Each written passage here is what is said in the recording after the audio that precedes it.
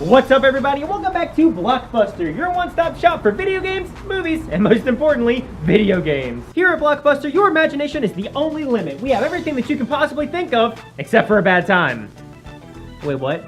We don't have any Whoppers right now? We have all kinds of things for you to choose from here. For example, we've got Pokémon Snap on the Nintendo 64 and Deadpool on DVD. Fun fact, this movie hasn't come out yet. So get off your ass, come down here, and take advantage of these sweet deals while you can, because I promise you, these babies won't last. Yeah, Blockbuster's really great. I still have my original copy. Pokemon is a series that needs no introduction. It's the biggest franchise in the world. Throughout the years, we've seen almost 900 creatures, one of the longest running animes of all time, and one of the biggest card games in the world. It's by no means an exaggeration that Pokemon is everywhere, so I don't think I need to explain what it is. And if I do, look, I'm sorry, you really need to get out of the house more. Yeah, can I get a Happy Meal with a toy? No, I don't know what the a Grookey is. But with a series as big as Pokemon, it's nearly inevitable that spin-offs are going to happen, and many of these titles have been met with resounding success. Pokemon Go, Pokemon Mystery Dungeon, the Ranger series. I could make a 10-hour-long video going over every single spin-off title that the Pokemon Company has given us over the years, but let's be honest, do you really want to sit here and watch a 23-minute episode on Pokemon Dental Hygiene? What's up, everybody? Welcome back to... No, we're going to take a look at where it all started back in the late 90s with one of the first spin-off titles to come from the Pokemon Company. Pokemon Snap for the Nintendo 64. I have a lot of fond memories of this title, as this is the first Pokemon game I ever owned. I didn't actually get Pokemon Gold and Silver until the following year. Fun fact, I still haven't returned this game to Blockbuster. Pokemon Snap released right in the middle of the giant Pokemon craze in the late 90s, with Pokemon becoming an instant success at the time, with Red and Blue selling over 30 million copies. Combine this with a simultaneous release of the trading card game and the anime, you couldn't go anywhere without seeing the Pokemon brand. But although Pokemon had a massive release, it still had one glaring problem, and that was the lack of a title on home consoles. Sure, Game Boys were a highly successful handheld console, but if you didn't have one, you were missing out on the hot new craze. So Pokemon set out to make a spin-off, and Pokemon Snap became the first console spin-off to be released in the series, at least in North America. We actually saw Pokemon Stadium 1 released in Japan, a title that never actually came to the United States. Instead, we got Pokemon Stadium 2, which was named Pokemon Stadium 1 in America, when Pokemon Stadium 2 is actually Pokemon Stadium 3 in Japan. I hate numbers. But we finally got Pokemon Snap, released on March 21st, 1999 in Japan, and June 30th, 1999 in North America. And looking back on this game, it's just the perfect dose of nostalgia. The music, the environment, and the menu layouts.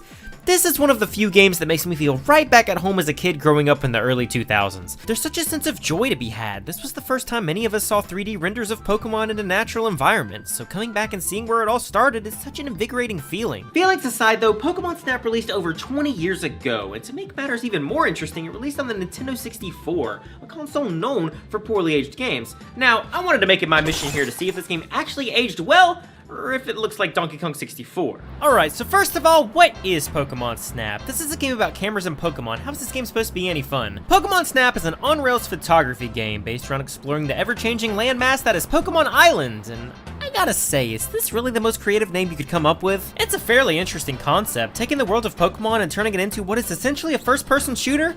It surprisingly works fairly well. Pokemon Island is exactly what you would expect. You travel around and take pictures of Pokemon in their natural environment. Pokemon are spread out along the set path for you to try and capture the perfect shot. The better the picture, the more points you can score. Getting a better score, of course, means more options and levels that you can choose from, like Cave, River, Tunnel. We're 2 for 2 here on the naming conventions. The names are fine, I guess, but it doesn't make me feel like I'm on this grand new adventure. Why didn't we get more creative names like Mount Moon or Thunderwave Cave? I just don't feel adventure calling my name when I visit a beach called Beach. As far as the gameplay goes, this game still runs surprisingly well as compared to today's standards. I do find it a bit aggravating that we're stuck using inverted controls and the joystick can be a little sensitive, but overall it doesn't take long to get adjusted. But once you do, oh, it feels so satisfying when you finally nail a shot. Snap has this mechanic where your reticle zooms in when your Pokemon is in the center of the frame, and it feels great when you finally nail that shot and see the name of the Pokemon pop up. And the Pokemon selection here is decent too. All of your popular ones, Pikachu, the 3 starters, Jigglypuff. Nintendo knew what they were doing here. They even added Snorlax in the first stage. This was one of the most popular Pokemon in the series at the time, but at the beginning of the game, you were unable to get a legitimate picture of him. And this is where the replayability of Pokemon Snap comes in. The further you progress in the game, of course, the more levels you unlock. But better than that, we're receiving items to interact with the world around you. Honestly, being able to take pictures of Pokemon, yeah, that's boring. But being able to post Pokemon, even if indirectly, made this game far more enjoyable. You first have the apple. This is basically used to either elicit a reaction from a Pokemon or lure it into eating it. This unlocks a wide variety of options right from the get-go. My favorite use of this was always throwing the apple to the Charmander Charmander and watching him call the others out to join the fun. He gets mad when you don't feed him the apple, and listen buddy, don't f with me, I know exactly what happens when I put out your tail. Then we have the Pester Ball. If you derive pleasure from throwing poison at Pokemon, then I've got the item for you. The Pester Ball has a multitude of uses. It can push back Pokemon, have Porygon press on this switch, and find more hidden Pokemon. Truthfully, that was the main premise of items in this game. Some Pokemon can only be obtained using these methods. And then you have the Flute, which is pretty much only used to wake up the legendary birds. Yeah, the Flute's main use is just waking up Zapdos and Articuno. I wish they would have utilized the Flute more. It adds some animation to a good bit of Pokemon, but I'd have liked a little bit more unlockable Pokemon from these. I will say though, I like how they have 3 different songs to choose from, but I really like how Jigglypuff gets mad whenever you play the flute and interrupt her concert. That's another thing. I think my favorite part about this game is how well it's tied into the anime. Personally, everybody that I knew at that age watched the Pokemon anime, so what did Nintendo do but put prevalent parts of the anime into Pokemon Snap? This makes a ton of sense to me. Most people's perception on these Pokemon came from the anime because it's the only true form of visuals that we got from the Pokemon series because, well, let's be honest, which has more personality, this or this? The anime is the only form of personality we could relate to these Pokemon, so showing these specific moments just brought out a better sense of realism for the experience. But what I appreciate the most is putting specific instances from the anime into the game, like the Jigglypuff concert or Meowth's wacky prankster-like antics. And even to flip the script, Todd from Pokemon Snap actually has a whole episode dedicated to him in the anime. This was released almost a year before in Japan, but in America, this episode aired 2 months before the release of the game, which I'm sure helped drive sales tremendously. Sadly though, as much as I love talking about how much fun I've had with this game over the years, it's one of the shortest video games I've ever played, and that's no exaggeration. The game can be played extremely quickly, and that's going into it blind. When playing through for this video, I took my time, and it still took me less than an hour to beat the game 100%. There's only 63 Pokemon here and 6 levels,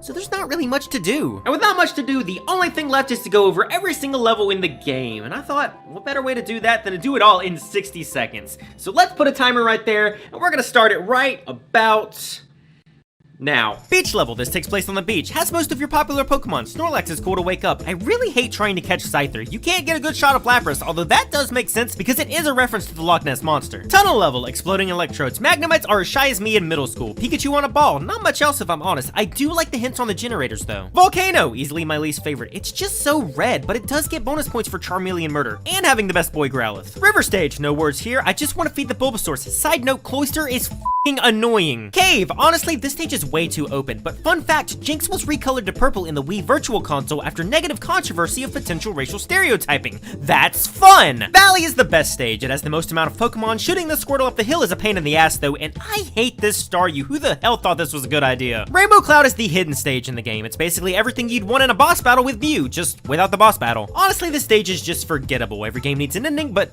come on, you could have come up with something way more creative than this. And time! To anybody whose first language isn't English, I am sorry. Now, after you finish the game, you could do something that I would be caught dead without mentioning, and that was the Pokemon Snap Kiosk. See, Blockbuster at the time had a mobile kiosk where you could take your game cartridge and print out photos of the pictures that you took within the game. I think it was $2.99 at the time, but you'd basically go into Blockbuster with your game cartridge, pay for a card to enter it into the machine, and you'd be able to print out sticker sheets of the Pokemon you took. This thing was beyond cool. You'd get a nice little sheet with 16 pictures of Pokemon that you took in the game. The only downside is these can't be used as stamps. Trust me, I tried. These things are still around today too. I was lucky enough to actually have one of these at my local gaming store. It was weird. I had no idea what to do with this thing, but I actually got my sticker sheet and the pictures came out way better than expected, and I accidentally printed out the stock pictures. Pokemon Snap is a great game, but it aged like a fine moo milk. It's not because the game is bad, no, not whatsoever. The game still holds up really well, but the sheer amount of content in this game just doesn't stand up to other retro titles at the time. It's funny because this game wasn't originally slated to be a Pokemon game. Instead, it was a photography-based game called Jack and the Beanstalk, which I could not find any footage of anywhere. Nintendo was worried that people wouldn't have motivation to take pictures without any emotional attachment to the characters, which is where the idea of adding Pokemon came in. This is why you see Jack and Beans in the opening and ending cutscenes of the game, and due to all the development changes, I'd like to think this is why the game is as short as it is. This, alongside the fact that Pokemon was gearing up to release Gold and Silver that year, they probably wanted to get this game out before they started transitioning into a new generation. Pokemon Snap is dated, but people love this title and have been asking for a follow-up to this for years now. So when the Pokemon Company announced new Pokemon Snap coming in April of 2021, the internet could not keep quiet that day. It seems like it's gonna be faithful to the original game as well, alongside adding some Pokemon I definitely did not expect to be in there. If I had to make any hopes or suggestions, it'd be to make far more environments. I would love to see a snow level, or maybe a level with a spooky vibe. I don't think dark Pokemon get enough representation in my opinion. Also, and this is pretty much a given, online capabilities to share photos with friends is a must. Snap has gotta take advantage of this, as photo modes in video games are becoming far more prevalent than ever, and come on, it's just free advertising at that point. They kind of did this with the Wii Virtual Console version, where you could post your picture to the Wii message board every day. If they managed to do this, I'd be really content with the new Pokemon Snap. It'd make so many of us feel right back at home and make us feel like we're back in grade school, picking this game up at Blockbuster for the very first time. Hey, we've come full circle. You know what that means. It's finally time for me to return this game to Blockbuster. I just gotta find the closest one near me. Nice! Only a 39-hour drive.